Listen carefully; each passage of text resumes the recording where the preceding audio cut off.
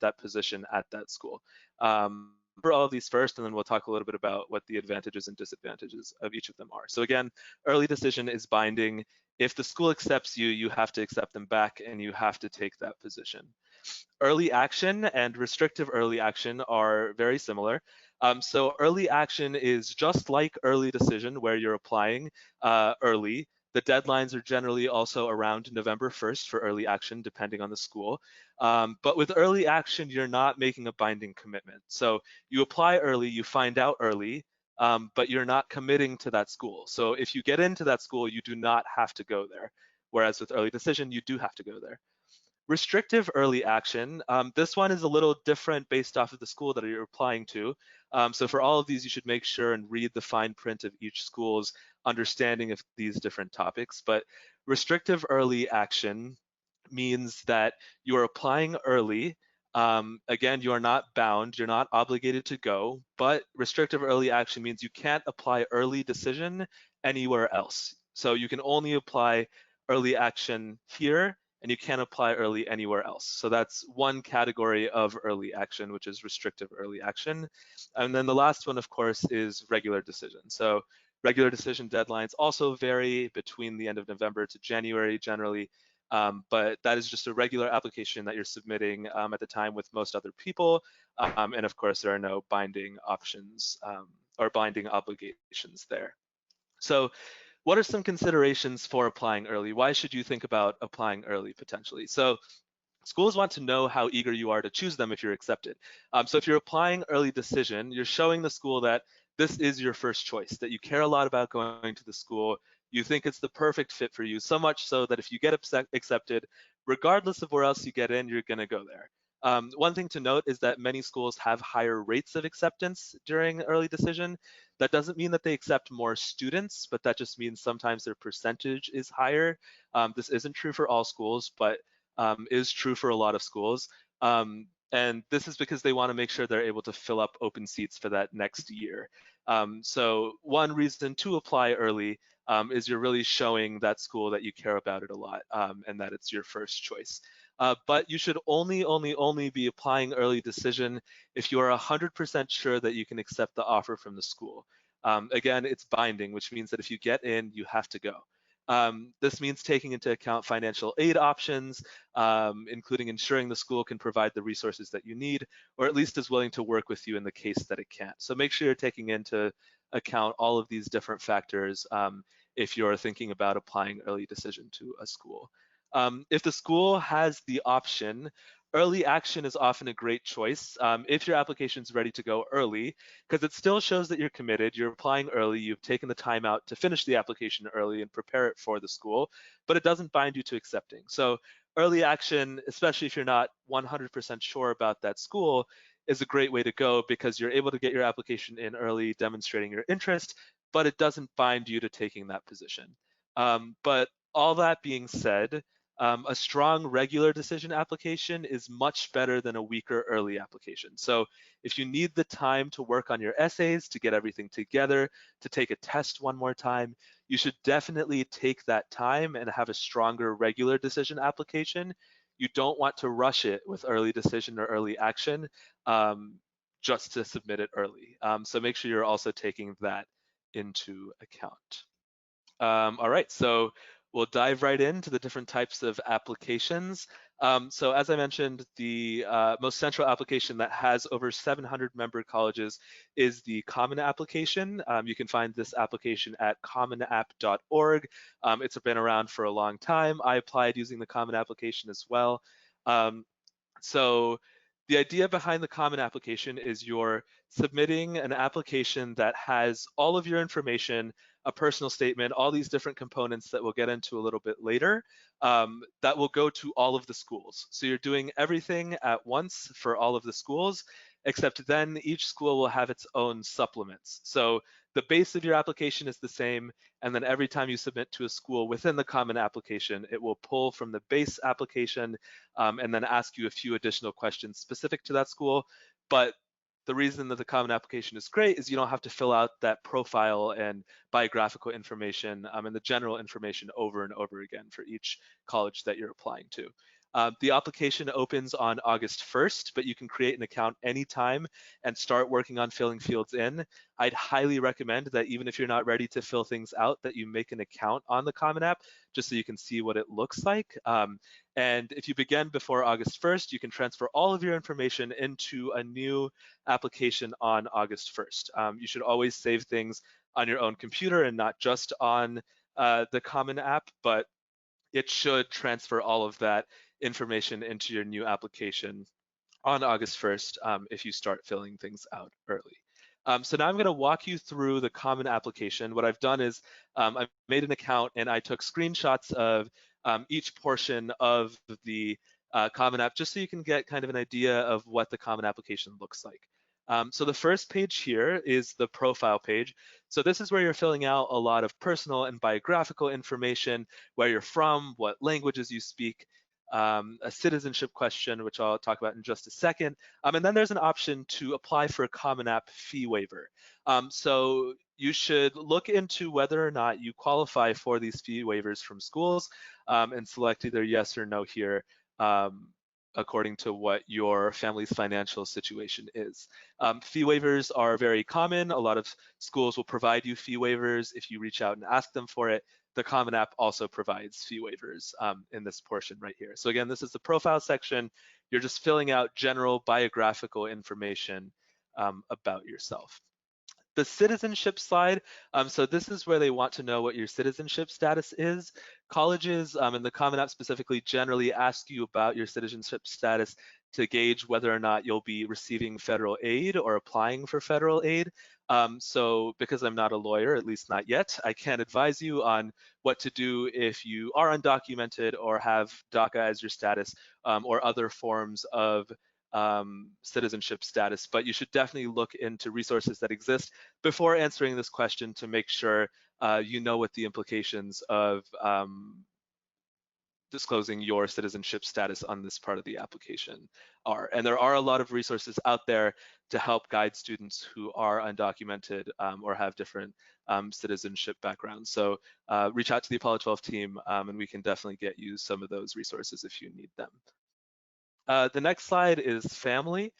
So here it's going to ask you information about your household, about your parents, where they went to college, if they went to college, what they do now, and then information about your siblings. So depending on how many siblings you have here, it'll ask you questions about each of your siblings, how old they are, where they go to school, if they've gone to college, where they went to college, all of that information is here. So you might be thinking, that's too much information. Why do you need to know all these things about me? But that's just how college applications are. So make sure that you're starting ahead of time so you can get all that information into the application and do it accurately. Education. So here is where you're going to fill out information about your high school experience, whether or not you've attended a college or university before, including whether or not you took college courses while you were in high school. It'll ask you about your current or most recent year courses. So this would generally be courses that you've taken your junior into your senior year. Ask you about honors. The community-based organizations is a section where it asks you if you had any help from community-based organizations that do college access work. And the last one I want to highlight here is the future plans section. So the future plans section asks you what you see your career being and what type of degree or the highest degree that you intend to earn. In no way does this bind you to anything. This is just a way for all the schools to figure out what your career interest is.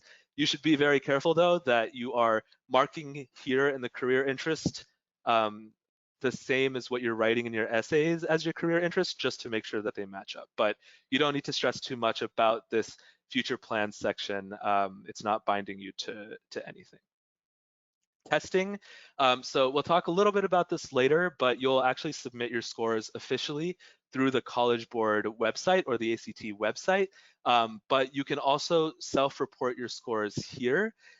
There are some advantages or disadvantages to self-reporting your scores. Obviously, if your scores are strong, particularly for that school, you should self-report, but you can also pick and choose based off of what you think will make your application the strongest. This section doesn't matter as much anyways, because the scores that your schools request, you'll have to send them through the College Board or ACT website anyways, so they'll get that information that way. But if you are entering them here, make sure you're just making sure that the scores you're reporting here are accurate with what the College Board or the ACT will send the schools that you're applying to.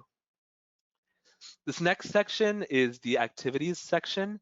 So this is where you're going to talk about your extracurricular activities. Again, this will be going to all of the schools. I would say that this is arguably one of the most important parts of your college application, is you talking about what you did outside of school. So a few tips here.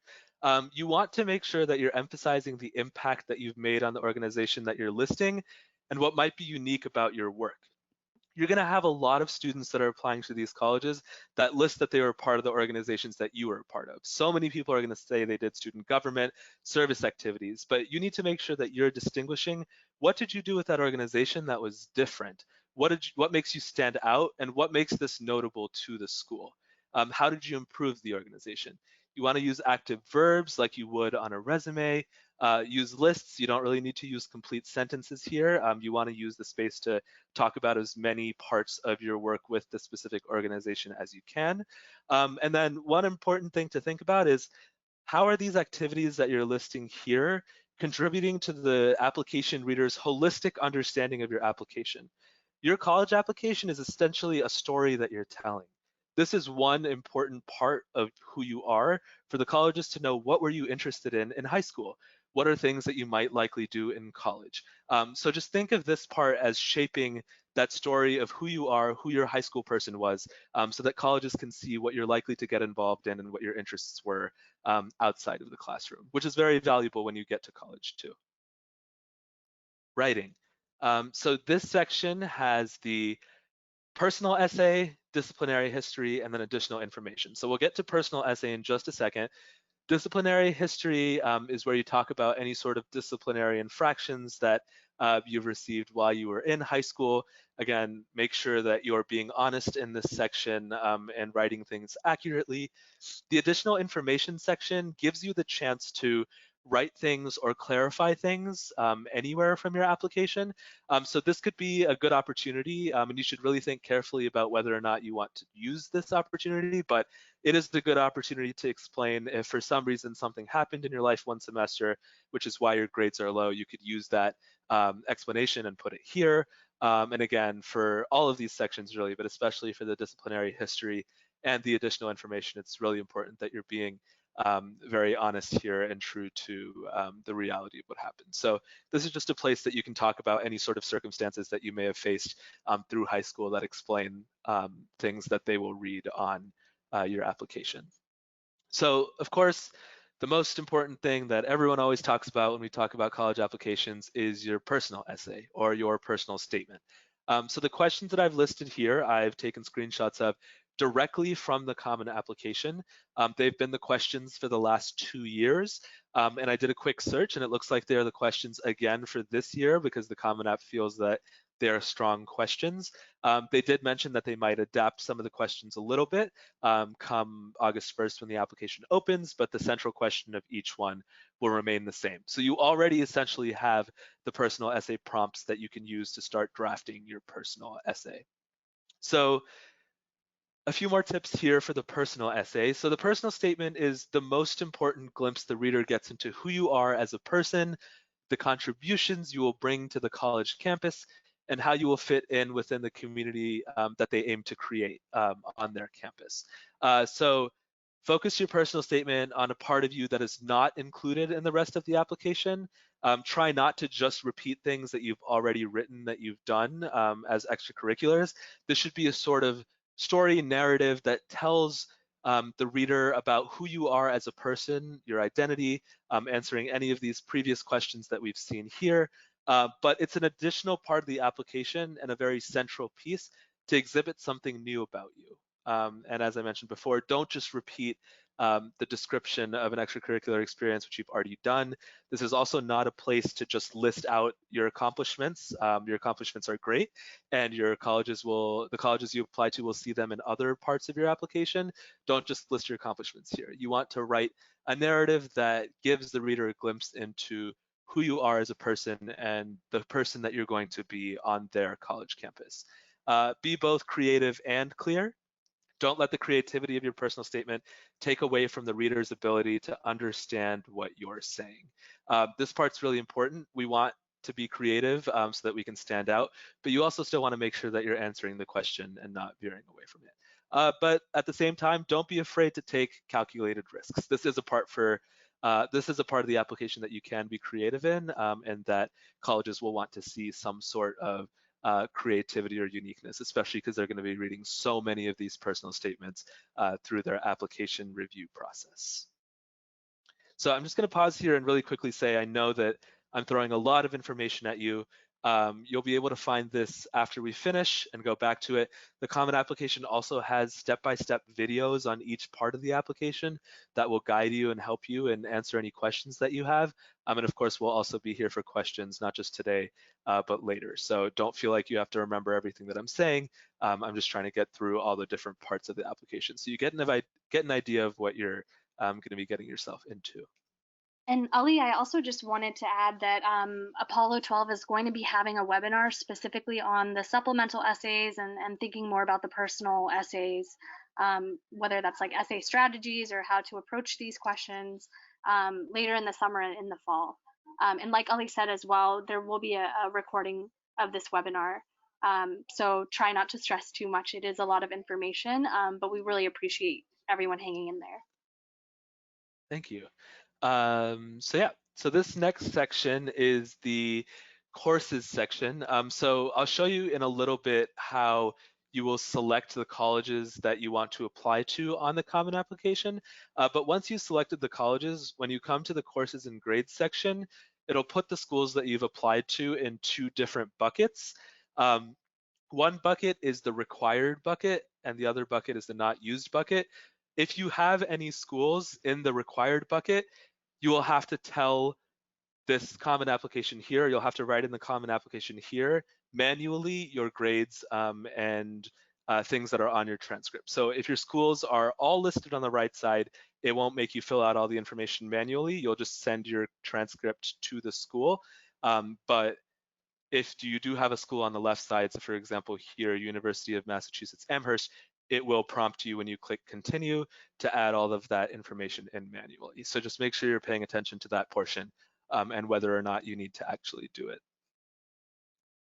College search. So we've now finished the whole portion of the Common App, which will go to all of the schools. Now starts the process of you selecting which schools specifically you're going to apply to. So now you'll switch the tab to College Search. You'll type in the names of the colleges that you want to apply to here. It allows you to filter as well. So if you want to filter by city, by a certain program, I think it allows you to do that as well. So you'll select the schools that you want to apply to here, and then it will automatically apply that to the rest of the application. So just as back here, you saw that I have 3 schools selected. The way I did that was through the college search function, finding those 3 schools. So what happens once you select the schools that you want to apply to? So you'll see a bar on the left that will list all of the schools that are there. And then it will give you information about each of the schools. So here you see an example of New York University. It gives you the phone number, the email address, the physical address. It provides you links to the college website, even a virtual tour, which will be really helpful in this current time because you're not able to go tour schools. Virtual tours are a great way to get somewhat of a feel for the campus, even if you can't actually be there. And it also provides you application deadlines below, which is really, really helpful. One thing I want to flag here, which I didn't mention before, is that some schools like NYU have an early decision 2 option. So early decision 2 is just like early decision 1, except you apply at the same time as regular decision. So in that sense, it's not early, but it's another chance for you to apply binding. So if you get in early decision 2, you will have to go 100%. So just flagging that there. But this is generally what each school's page will look like once you click the school on the left. And again, you've added the schools here in the college search, and then they'll automatically populate on this My Colleges page. So college information is one part of the My Colleges page. The next part is the supplements. So As I mentioned before, the Common App will submit all of the general information that you wrote, including the personal essay and all of your grades and biographical information, to all of the schools. But then each school, not all schools, but most schools will have specific questions that they want you to answer. So NYU has a question that is, why NYU? We want to know more about your interests specifically in NYU. So this is where you'll fill that out for each school, and then hit continue. um, and to give you a few tips on the supplemental essays, and again, as Rahina mentioned, you'll get the chance to attend webinars and get more resources on each of these parts of the application and how to improve them. But just a few tips here. Colleges know that when you write your personal statement, especially if they're on the Common application, that your personal statement is written generally. They know that it's going to all of the schools, that you're not necessarily rewriting your personal statement for each school, but they see the supplemental essay questions as the questions that are specific to their school, that will talk specifically about why you care about attending that school in particular, which means that you have to do the research on the school and the program that you're applying to. Some ways to do this are reading about courses and extracurriculars online, paying attention to the school's newspaper, and especially talking to people who have attended the program. If you can get in touch with people who've done the program or gone through the program, you'll be much better off because you'll be able to talk about things that others are not able to talk about in their supplemental essays. And it'll really show the schools that you've gone the extra mile to learn about their programs and really have a passion for attending them. So again, the more relevant your supplemental essays are to what's happening on campus and what campus life is like, the stronger your application will be. For the supplemental essays, a lot of them will be similar in terms of asking, why our school? What is it about our school that makes you want to apply? Don't use a general essay and copy it across schools. I personally believe that no matter how hard you try, if you write a general essay and copy it across the supplements, they'll read right through it. They'll understand it as you not having enough interest in their specific program and not giving it enough time. So make sure that for your supplemental essays, you're really putting in that extra effort of researching and making those answers very specific to the school that you're applying to. Great. Then comes recommenders. So this is the portion where you will submit your recommendation letters, except the way that it works is that you'll complete the FERPA release authorization, which essentially just allows your teachers and other people who are submitting recommendations to submit recommendations on behalf of you and you not be able to read them. Again, based on your immigration status and other things, you should clarify with mentors and other people that you're working with that the FERPA release authorization is a good idea and makes sense for you. Just want to flag that. So once you complete the release authorization, it will ask you to submit information about people who you want to be your recommenders, and then it will email them a link to make an account on the Common application, and they will directly submit your recommendation letters onto the Common application. So you won't do that yourself through this front end. Your recommenders will do that themselves from the accounts that they're prompted to create. Before I get to some tips about recommendation letters, one thing that's really important is make sure that you're not putting in information about your recommenders here before already talking to your recommenders. You want to make sure your recommenders have agreed to it just as a matter of courtesy before you put their information in here and then them getting an email. So some tips for recommendation letters.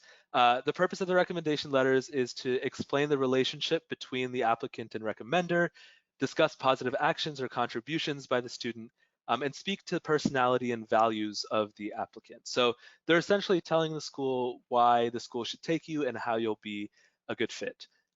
One thing that I did, which I think was very helpful during my process, was I created a folder for each of my recommenders. So if I, for example, wanted to ask my English teacher, Miss Rooks, for a recommendation, I sent her first an email saying, I really enjoyed taking your English class. I think that we really got to know each other well, and I think you would be a great recommender for these schools that I'm applying to. Can we set up a meeting?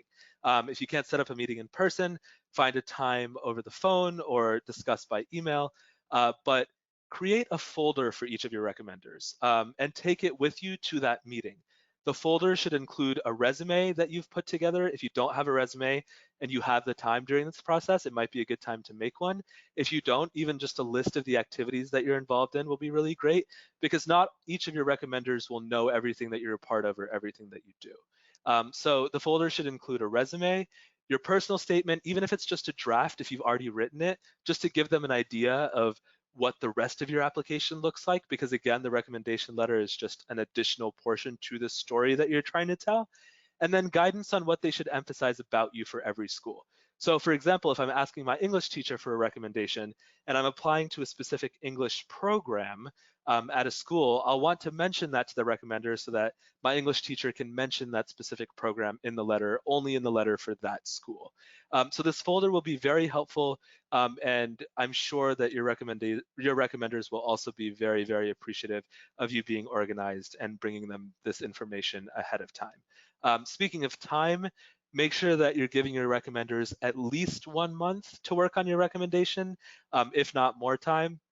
Especially high school counselors and high school teachers will have tens of recommendations that they're going to have to write.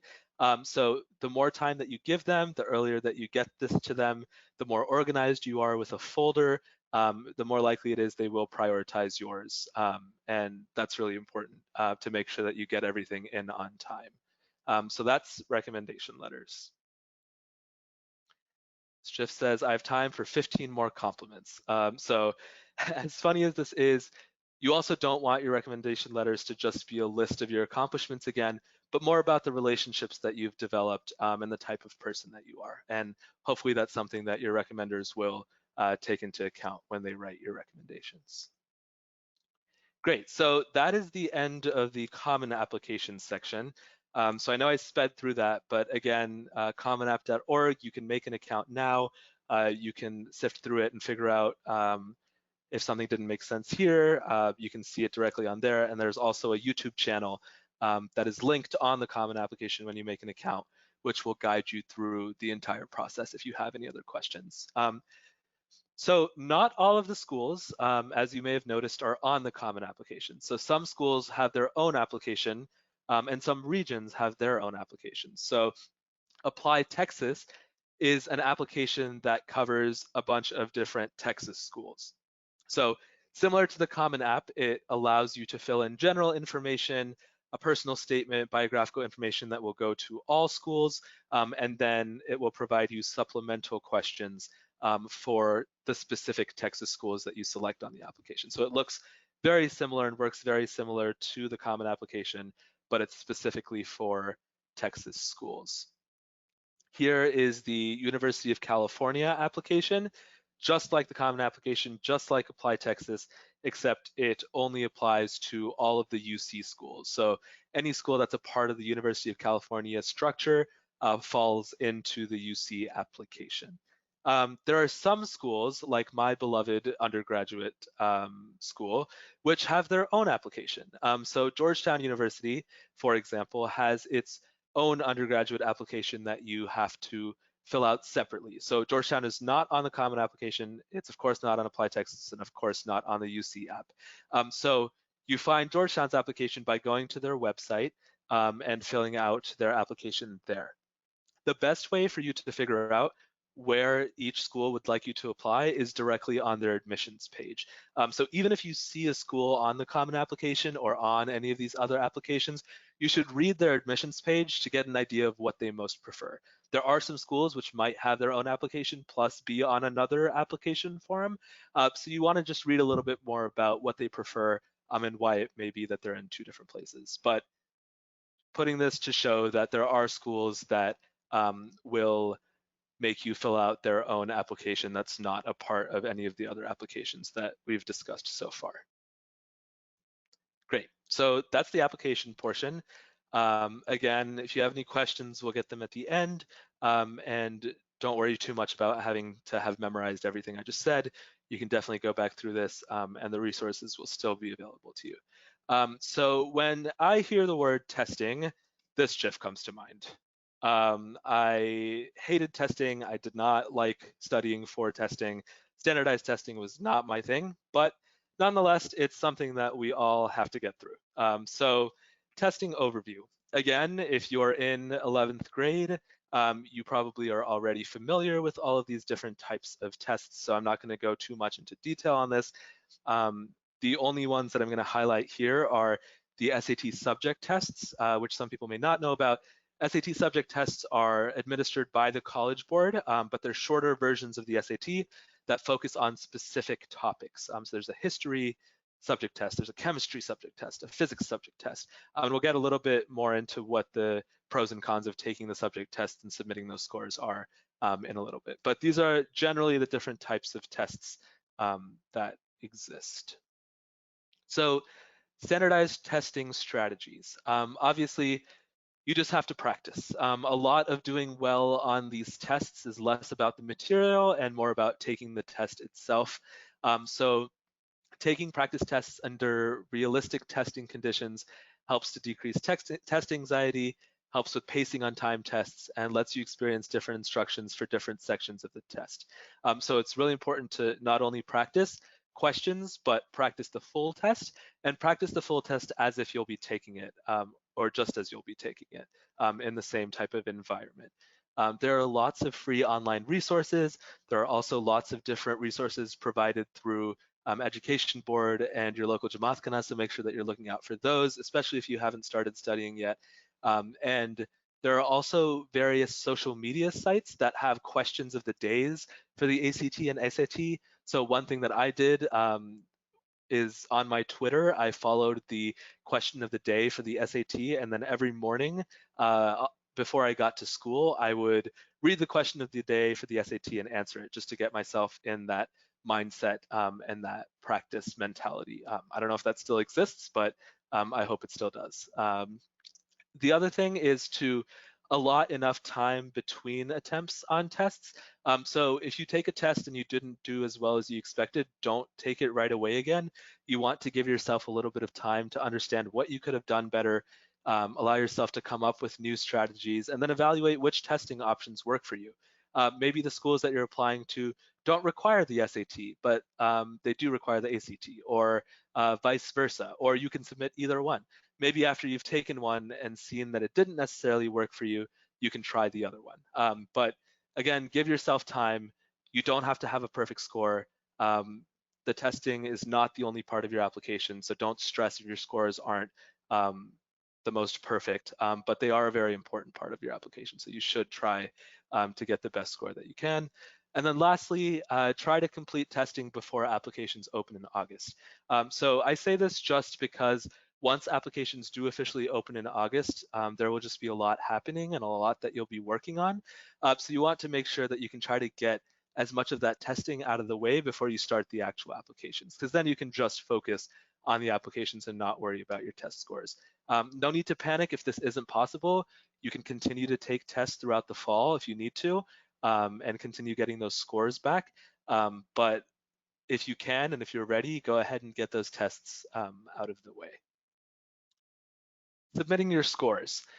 So you saw that there was a self-reporting tool on the Common application, but again, that was just the self-reporting part. The way that you actually submit your scores to universities is through the College Board and or the ACT website. So you'll have an account on the College Board or the ACT website, which is where you'll register, and it'll be the same account where you'll see your score and the same account where you'll be able to send your score through. Make sure that you're looking at the checklist for each school to see which scores you have to submit to them, and make sure you're submitting all of the necessary scores that the school requires, plus any other scores that you think are strong.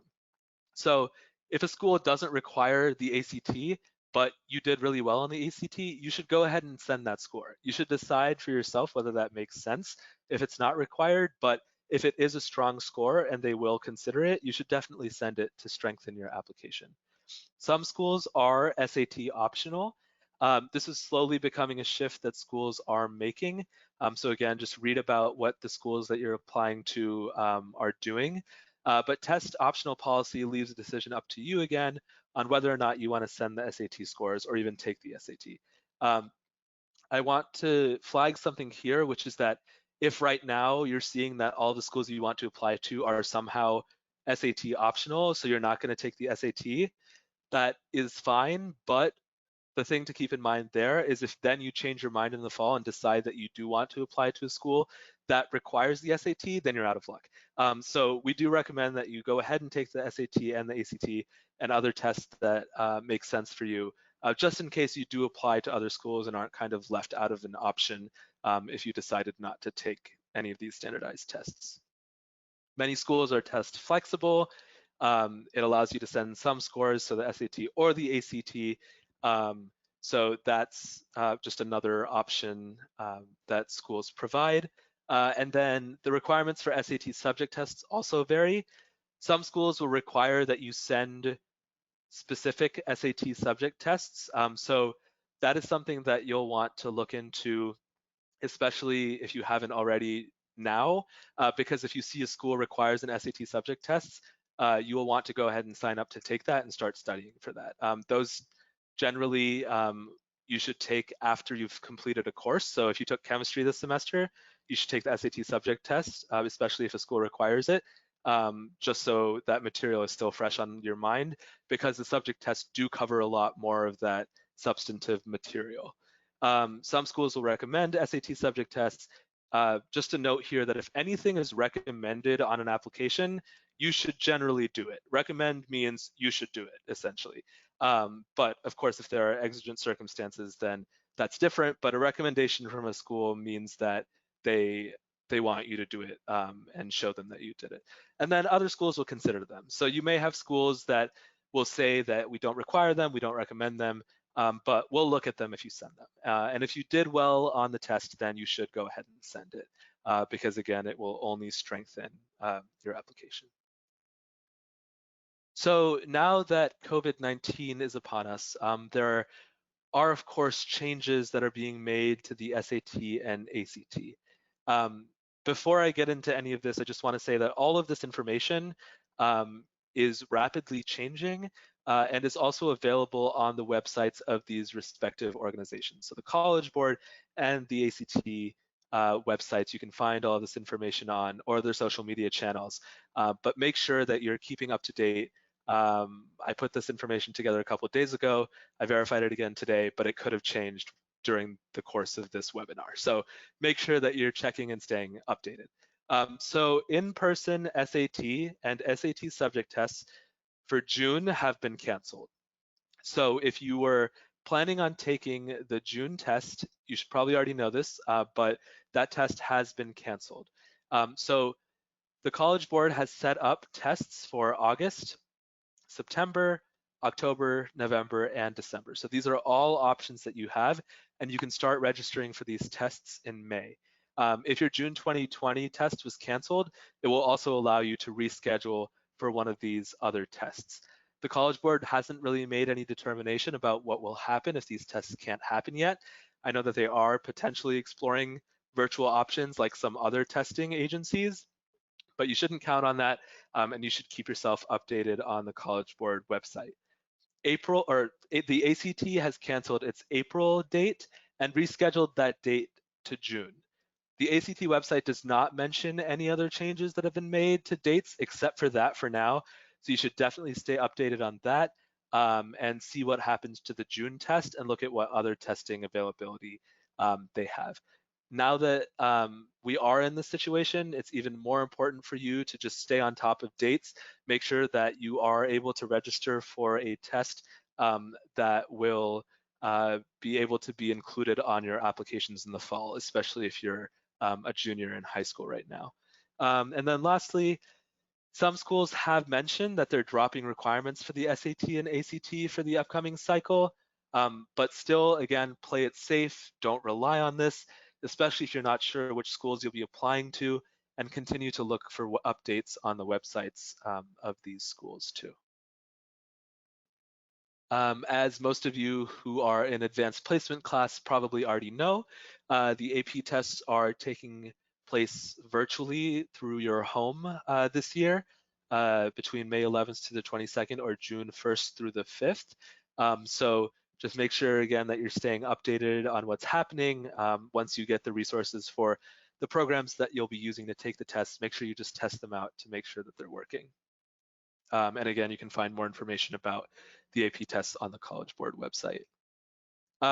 Lastly, I'm just going to go over a few tools that you can use, some of which I use to help you get through this process and stay organized. So this one here is an application tracking spreadsheet. So I made this before I started my college application process. It was a little longer than what you can see here, but I took a screenshot of just this part. And this is where I tracked the different schools that I wanted to apply to, the locations of the schools, the majors offered, the minors offered, and the deadlines. And then in the further right columns, I would check things off as I did them. So creating a spreadsheet like this will help you stay organized and not lose track of things. Especially if you're applying to a lot of schools, there are a lot of different dates that you're going to have to remember. And you don't want to have to keep going back to the school's website every time you want to see when something is due. You should be regularly checking the websites of these schools, and maybe one thing to include here is a link to the website. But having a tracking spreadsheet will allow you to just keep everything in one place and stay organized. So I would highly recommend creating some sort of spreadsheet that works for you and designing it however makes the most sense to you. So that's the application tracking spreadsheet. Another thing that is a very valuable tool and resource is your peers. So don't treat the application process as a competition. Work with your friends, family members, and mentors. Read and review each other's essays. The more people that read your essays, the better, the more feedback that you'll get. You should take feedback that works for you and be grateful and ignore feedback that does not. You best know your personal statement. You best know your application, and you best know yourself. So if there's feedback that you're getting from someone that doesn't necessarily fit with what you're trying to express in your application, it's okay to ignore that feedback. Of course, if you have a bunch of different people telling you the same thing, that might be something you want to think about. But again, just get as much feedback as you can, especially while we're quarantined at home. Use Zoom or other virtual apps to study together, hold each other accountable, have a power hour in the morning where you wake up early and study quietly with your video on for a designated time. Keep each other updated on news that you receive, verify any information before passing it along, especially on WhatsApp. But make sure that you're keeping each other in the loop and updated and helping each other. And of course, always give yourself extra time to make sure that you can prepare materials. You'll be surprised how quickly time will pass your senior fall. Support from parents and guardians. So parents and guardians are a very important part of the college application process. Here are just some tips. Work on a roadmap of the application process with your students. So have a conversation before your student starts about what they hope to do with the application process so that they can hold themselves accountable and you can also hold them accountable. Just having that roadmap and plan will be a great way for both of you to work together. Sit down with your students and walk through any information that they may need assistance in filling out. As you saw, especially on the Common Application, there is so much biographical information about not only the student, but also the family's history that is there, a lot of which the student may not know.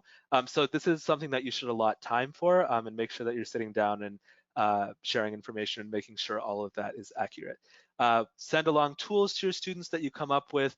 When I was going through the application process, my dad would send me different articles he was reading that he came across. So if you see anything or hear of something, you should share it with your student because the more resources that they have in the toolbox, the better off they'll be. And lastly, recognize that this is a stressful time for your students. The college application process is very confusing. It's very long, it's arduous. It's very fulfilling in the end, but it is a stressful process. So give your students the time and the space, work with them to reflect on what school might be best fit for them, and really work with them to make the right decisions for them. This is a GIF from a great movie called Boss Baby, where the parents are nurturing the young baby. And as parents, you should always continue to nurture your children, but also remember that your children are bosses and you should be confident in their abilities as well. Again, here, you don't want to burn yourself out by rereading and rewriting your personal statement over and over again, by stressing out about your application. There is an optimal performance level that you can reach where you're putting in a good amount of effort, but you're not exhausting yourself or breaking yourself down. So make sure you're finding those boundaries, find some time to take breaks through this process. Again, there is a lot of information involved. So the more you can find time to give yourself space, the better off your application will be in the end. Cool. So that is all of the material that I have. I'm just going to go over some next steps and reminders, and Rahina, feel free to jump in if I miss anything here. So the next webinar is going to be on May 28th, and you can register at that bit.ly link right there. The topic will be developing your short list of schools. We may have some 11th graders here on this webinar that are not a part of the Apollo 12 program. So we highly recommend that if you're not a part of the program, you register for the program. There are a lot of great resources that the Apollo 12 program provides, and by signing up, you'll be able to participate in all of those different activities in addition to these webinars. Start developing your roadmap, have those conversations with your family, your teachers, your counselors, your mentors. Start thinking about it now so that when game time comes, you're ready to play. And lastly, if you are part of the Apollo 12 program, continue to check Slack for any announcements that may come up. That's all I have. And we are cheering you on. Great. Thank you so much, Ali, for a really comprehensive and insightful presentation. This was really awesome, and we're going to go ahead and transition into the Q&A portion. But before that, I just wanted to thank everyone for joining the webinar generally, because by being on this webinar and in the Apollo 12 program or thinking about joining the Apollo 12 program, you're starting early and you're giving yourself enough time to put together a strong application. So while we don't want you to be stressed about this process, like Ali said, try and take it easy and try and keep yourself grounded. It's also important to put in your best effort to get the highest possible quality of education, because that'll help lay a better foundation for your future trajectory. So we want to thank everyone for being here, and we're going to go ahead and transition into the Q&A portion. So we have a lot of questions here that Ali and I will be answering, and then also if you have additional questions, just feel free to put them in the question box. We only have a few minutes, but we're going to try and get through as many questions as we can, and if we're not able to, when we send out the recording, just hit reply to the email that was sent out with the recording, and you can ask any specific questions or any questions that are like more related to your situation or any that we didn't address in that email. So let's get started with the first question. So the first question is, what is the fee for the Common Application? So I can go ahead and answer this, Ali. There's no fee for the actual Common Application, but each school usually has fees for the supplemental applications that come in addition to the Common Application. So when you're writing essays from a university or college that you're applying to, the fees usually range between $25 to $90 or so. But you're, as Ali had mentioned, you're also able to apply to fee waivers. So check on your on the Common App website and in the Common Application on how to apply for those fee waivers, and then also on your specific school's admissions website, because those are very important, especially if you're in a position where you're not able to afford the application, because it can be very expensive if you're applying to a lot of schools. So the next couple of questions are all kind of focused on early action, early decision, regular decision. Ali, if you want to take these. So can you apply for early action and regular decision to the same college? So the way that it will work for most colleges is that you'll find out about whether or not you got in during the early action process before the regular decision deadline. So let's say you submit your application for early action to a school on November 1st, which is the deadline for a lot of schools. You'll generally find out by the end of December, and then you'll get one of three responses usually. And the three responses are either that you were accepted, which means that of course you don't need to apply again or take any action. The second option is that you were deferred. So the deferred option means that they automatically put you into the regular decision pool. So that means that your application will automatically be taken from early action and put into regular decision. And then the last one is that you were rejected. So if you are rejected from the school, they generally will not look at your application again. So that is one thing to consider, and again, making sure that your application is ready to go if you're submitting early. One quick note that I want to mark there as well is that if you apply early action or early decision and you get deferred, You can also get deferred in early decision, and they'll move your application straight to the regular decision round. But if you get deferred, oftentimes it's a good idea to send a letter to the school, something that's a sort of statement of continued interest. And if you send that letter to the school and say, hey, I'm still really interested in your school, I know you deferred me, but these are the quick X and Y reasons I think I'd really be a great fit. That's often a good idea to show that you're still interested in the school, even though they didn't accept you right away. Great, thank you, Ellie. So the next couple of questions are also on early action and early decision. So I'm just going to kind of merge these together. How many schools can you apply for early action or early decision? And are we able to apply to multiple schools in early action? So usually you can only apply to one university in with early decision because it's binding. But for early action, you're generally able to apply to as many schools as possible maybe, but there are some schools that have restrictive early action. So that means that if you apply to these schools early action, you're not committing to actually go to the university, but you're applying early and cannot apply early action to any other university, if that Uh, makes sense. But and just actually, to add Ellie, can you there, clarify? Yeah, if you can yeah, no, clarify on just that. the only thing I was going to add, I think that's perfect answer. The only thing to add is that depending on what the restrictive early action classification means to that school specifically, some schools will allow you to apply restrictive early action at their school and then still apply early action other places. But you're just not allowed to apply early decision, which is binding anywhere else. But again, that differs based off of the school. So just make sure you're reading the fine print of what each school's early action policy is. Yeah, thank you for the clarification, Ellie. So our next question, do we need to fill out the common application even if we are applying through QuestBridge? So QuestBridge is separate from the Common App. If you Google QuestBridge, you can learn more information about it. It's a way of matching students with scholarships at a lot of universities.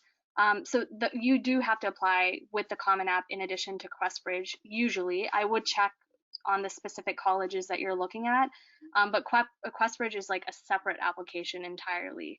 And usually colleges want you to do the supplementals and Common App or whatever their application is, like Apply Texas, UC Berkeley. I mean, sorry, the UC schools and other schools that have their own applications. So the next question, are the supplemental essays available on the college's websites or just on the Common App? Just so we can prepare earlier for the supplemental essays. Yeah, no, that's a really, really good question. Most schools will probably not have their supplemental essay questions on their website right now, but you can definitely still make a Common App account, log in, and see the supplemental questions that they at least had for the last year. So again, when the application officially comes out on August 1st, there's a chance that those questions could be different, but it's not very common for schools to change their questions that much. The other thing you can also do, and you should be very, very wary of this, but there are a lot of online resources that compile supplemental questions from other schools. So make sure you're just checking from different places and confirming that information to make sure you're not working on essay questions that aren't actually the essay questions. But if you dig into it, you should be able to find at least the questions from the previous years, if not the more likely questions for this year. But from my understanding, most schools won't post their supplemental essay questions on their website. Sounds good, thank you. So we are at time of 10 p.m., but we are going to actually just go over and continue answering questions. So thank you to everyone who joined the call and needs to log off. This recording will be sent out.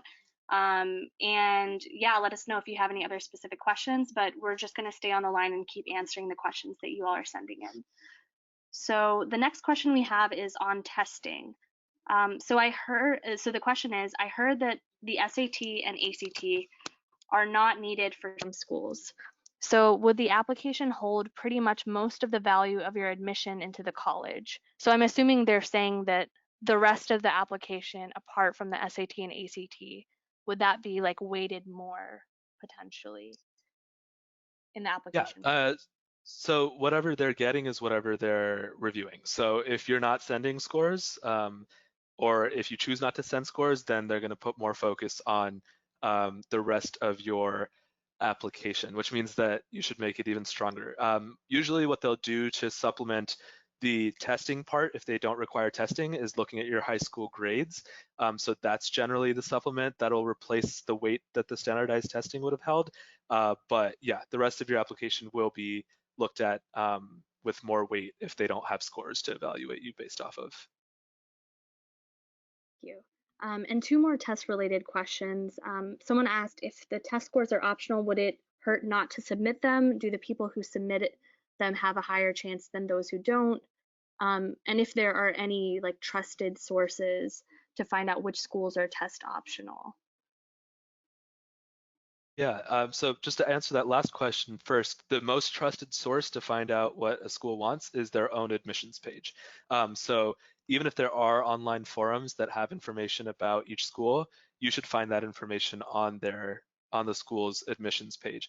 If that information's not on the school's admissions page, you'll at least find an email address or a phone number to the admissions office, and you should call and find out. So that's the most reliable place. I don't think there is necessarily any sort of formula as to if it's optional, if it will hurt you not to send it. Obviously, I guess way to look at it is people who do send their scores will have one additional thing that the college can rate them on. So if you're sending your scores, then that's one more thing that the college has as a reason to accept you potentially. But if your scores aren't as good, right, then that could also work the other way, which is that the college has an additional reason now to potentially not consider you. Again, this really depends on the college, and if test optional means that they're not even going to consider it, some schools won't even consider the standardized test scores, whereas other schools will consider this test scores but won't require them, if that makes sense. Yeah, thank you. So another question that we have is just a general question. Because of this year's pandemic, how will this year's application be viewed? And I just kind of wanted to preface this um, before Ali speaks, that a lot of things are uncertain and up in the air. So as usual, the college application process is very holistic.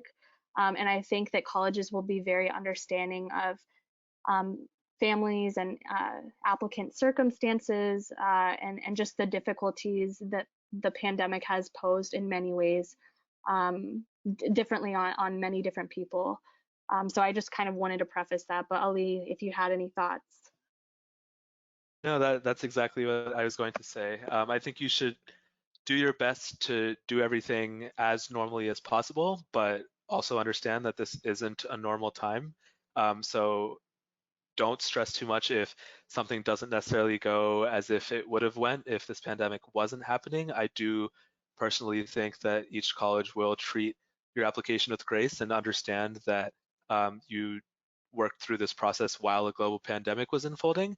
But at the same time, I think just make sure that if for some reason there are changes in your application that wouldn't have been there if this wasn't happening, just get more information about what you can do to rectify that. Talk to the admissions officers if you need to, talk to students who are there, learn more information from their website.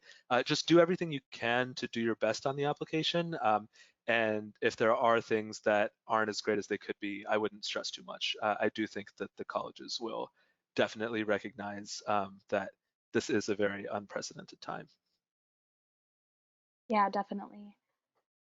So the next couple of questions for early decision, when do conversations regarding finances come into play? And would we get an opportunity to discuss and negotiate financial aid and scholarships? All right, tough question. Um, I think this very much so depends on the school's process. I think that you should, yeah, there's just no way to answer this as like a blanket policy, but generally you'll still be filling out all of your information through um, financial, biographical, all of that when you submit the application. So they'll have your financial circumstance already. Um, yeah, Rain, I'm not sure if you have other answers or specific situations you can point to, but this is very much so dependent on the individual college and how their own financial aid process works. Yeah, no, I agree with that. I think that later on we will be having webinars about, the college selection process, weighing finances, and thinking about scholarships and financial aid, especially in January and February, after the college admission process is starting to wind down. For those who are considering early decision, I would, yeah, exactly, talk to the colleges and your admission counselors and the financial aid counselors at the colleges and universities that you're considering, because policies vary. Yeah, and that's also information that might be on their admissions page. Colleges will usually have a section that's dedicated to the early decision application. And I believe that most of them, or at least a lot of them, will talk about what implications the early decision process has um, for financial aid as well. Yeah, yeah, definitely. The college admissions websites and pages are your best bet to go for college specific questions. Okay, so the next batch of questions we have are on teacher recommendations. So this first question I can go ahead and tackle. How many teacher recommendations do we need? Do we need a counselor recommendation as well? And how many recommenders do you recommend us to put on the application? So I correct me if I'm wrong, Ali, but I think it varies by school. Usually, schools are asking for maybe anywhere between like 1 to 4 recommendations. Sometimes a counselor application, but it really just varies. And I think the Common App might require you to submit a certain number of recommendations, but I'm not sure about that. So I'm going to go back to this page over here. So your recommendation letters you're submitting per college. So it will actually only ask you to submit the number of letters for each school, depending on how many letters the school requires that you submit. So you'll find all that information in this supplemental part. So for example, here again for New York University, when you would click continue here, it would show you how many are required. And then it would also give you options to submit optional ones if the school accepts optional ones. So that will be on a school by school basis. How many? Generally, colleges will usually ask for between 2 to 3 recommendation letters, and then give you an option for maybe a fourth optional one. You should really think about whether or not you want to send more than what's required, because that's also just another thing for them to read.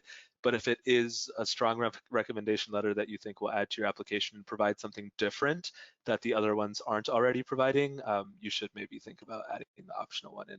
But to answer the question, yes, it's based off of each school. It'll tell you right here on the Common App and only allow you to submit the number that the school will accept. Thank you for that.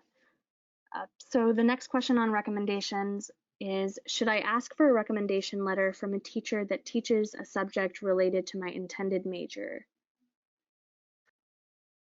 Yeah, that's a good question. I think that generally that is a good idea, right? Because if that teacher has taught the subject that you intend to pursue, you want them to speak to your proficiency in that class. But at the same time, I think that the thing that'll make your recommendation letter the strongest is having a good relationship with the teacher. So if for some reason, and I had this in some of my instances, where the teachers that I had the best relationships with and the classes I enjoyed the most weren't necessarily directly related to what I wanted to study. So sometimes those recommendations will be better because that teacher knows you more personally and can write more strong things about you. So you have to find that balance. If you have someone who's a teacher who you have a good relationship with that taught the subject that you want to pursue, that's the jackpot, that's perfect. But if you don't, you should think about potentially asking the teacher that knows you best and that you have the best relationship with to write the letter for you. Thank you. Um, so the next couple of questions regarding recommendations. So this question is, do the teachers find it irritating if we take a folder to them and tell them what to include? My Or is teacher, giving, sorry, or is no, go for it. giving too much information about you not a good thing? I think you should balance it. I wouldn't give them a book to read about you, but a folder will generally be very helpful for them. All of my teachers found it very useful because they had some sort of guidelines. When I meant the folder, I didn't necessarily mean that you have a piece of paper in there that's like, please write this, but just some guiding points about the schools that you're applying to, the types of programs that you're applying to. It just shows the teachers that you're prepared and that you've done your research, and also helps them understand where you want to go to school, what you want to pursue, what activities you're involved in. It doesn't necessarily have to be a this is what you have to write about or this is what you even should write about, but just to sort of a map of what your larger application is going to look like. Because again, the recommendation letters are just another piece of the puzzle. And in order for this piece of the puzzle to fit, the piece of the puzzle should know what the rest of the puzzle looks like. Yeah, I think that's a great way of phrasing it, and kind of similar to my own experiences. I remember I didn't bring in a physical folder, but I kind of compiled some of the resources that Ali was talking about, like giving an explanation why I was applying to certain schools or programs, um, sending my resume. I just emailed these to my teachers after I had asked them, over an informal conversation if they might be willing to write me a recommendation. So sending those over email is also an option, and yeah, it's definitely for them to just get a bigger picture of who you are outside of the classroom as well, because they might be limited to seeing you within the classroom, but you have other interests, hobbies, activities. So in order to paint a better picture and contribute to the application in the most fruitful way possible, it is, I think, a really good idea to kind of create that little package. And the other thing I would add too is that each of your folders should look different, especially if they're recommendation letters for the same school. Obviously, your resume won't look different, and the things that you want to study in the schools you're applying to won't look different. But it will be helpful for each of your recommendation letters to look different and add a different positive thing to your application. So you'll want to adapt based off of which teacher you're giving the um, information to. Yeah.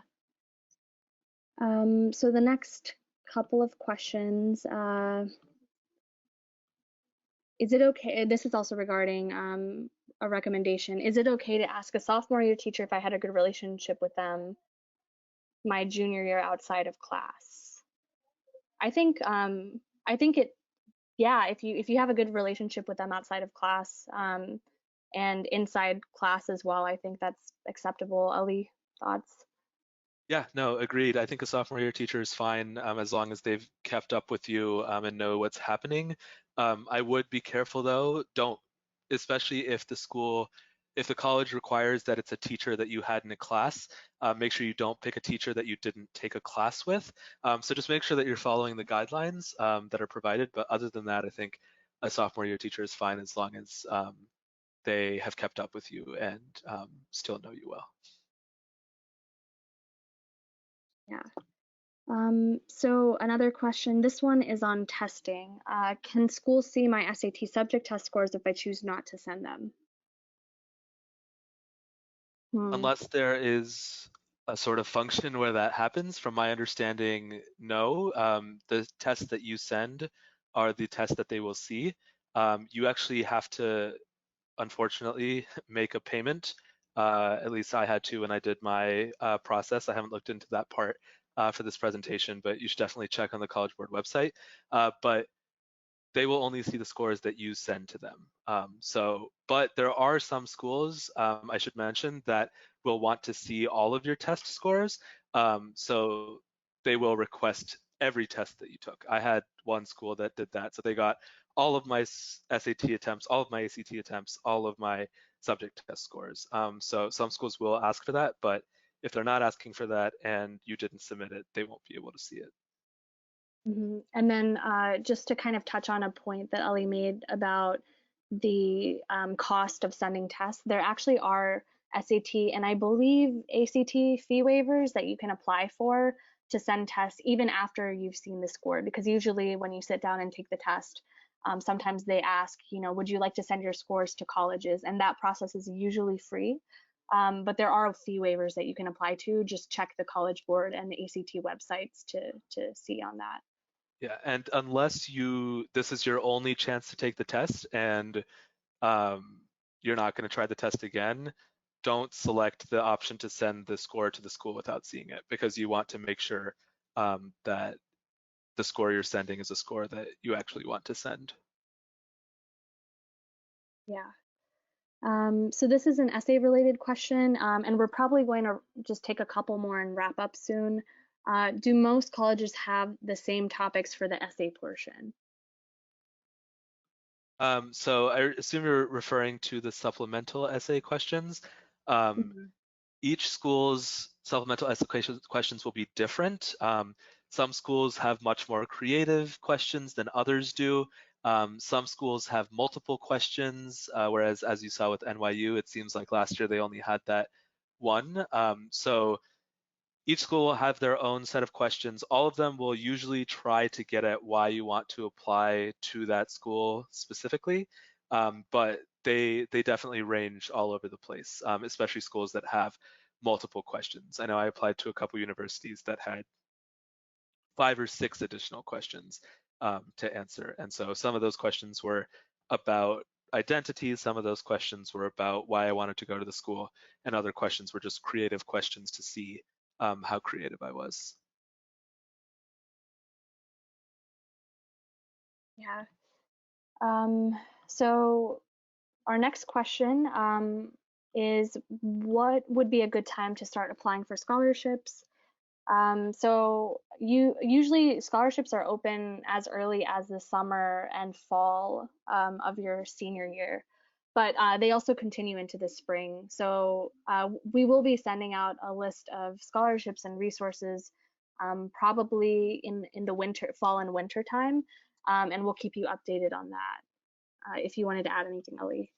Yeah, and scholarship applications are just like the Common App, whereas you can find questions probably already online. So even if scholarship applications aren't open yet, you can definitely start working on them and figuring out which ones you're going to apply to, so that you're kind of front loading that work and not having to do it again with the application process itself. Mhm. Great. So I think that's all we're going to be addressing now. I think we've addressed most of the questions, but if you have any more questions, or if your questions weren't addressed, and if you have questions about your specific situation as well, again, email us once we send out the webinar recording, and we'd be happy to help or connect you to resources. But besides that, we're going to go ahead and wrap up.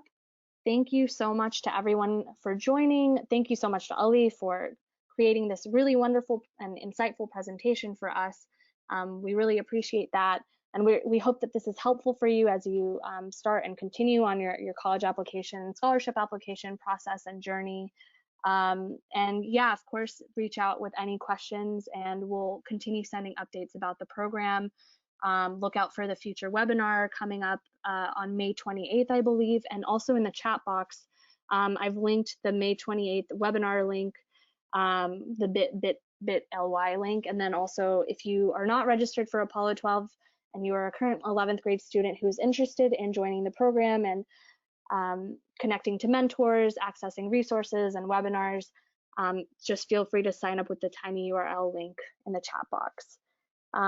But yeah, besides that, thank you all so much for joining again, and stay safe and healthy. Hope everyone is able to kind of make it through this process well, and just keep doing your best. And yeah, thank you, Ali, as well. Thanks so much, everyone. And just one thing to add, like, don't stress, you're going to be okay. You're smart, you're capable, you have a lot of resources around you. So take advantage of the resources, and best of luck. Thanks, everyone. Thank you.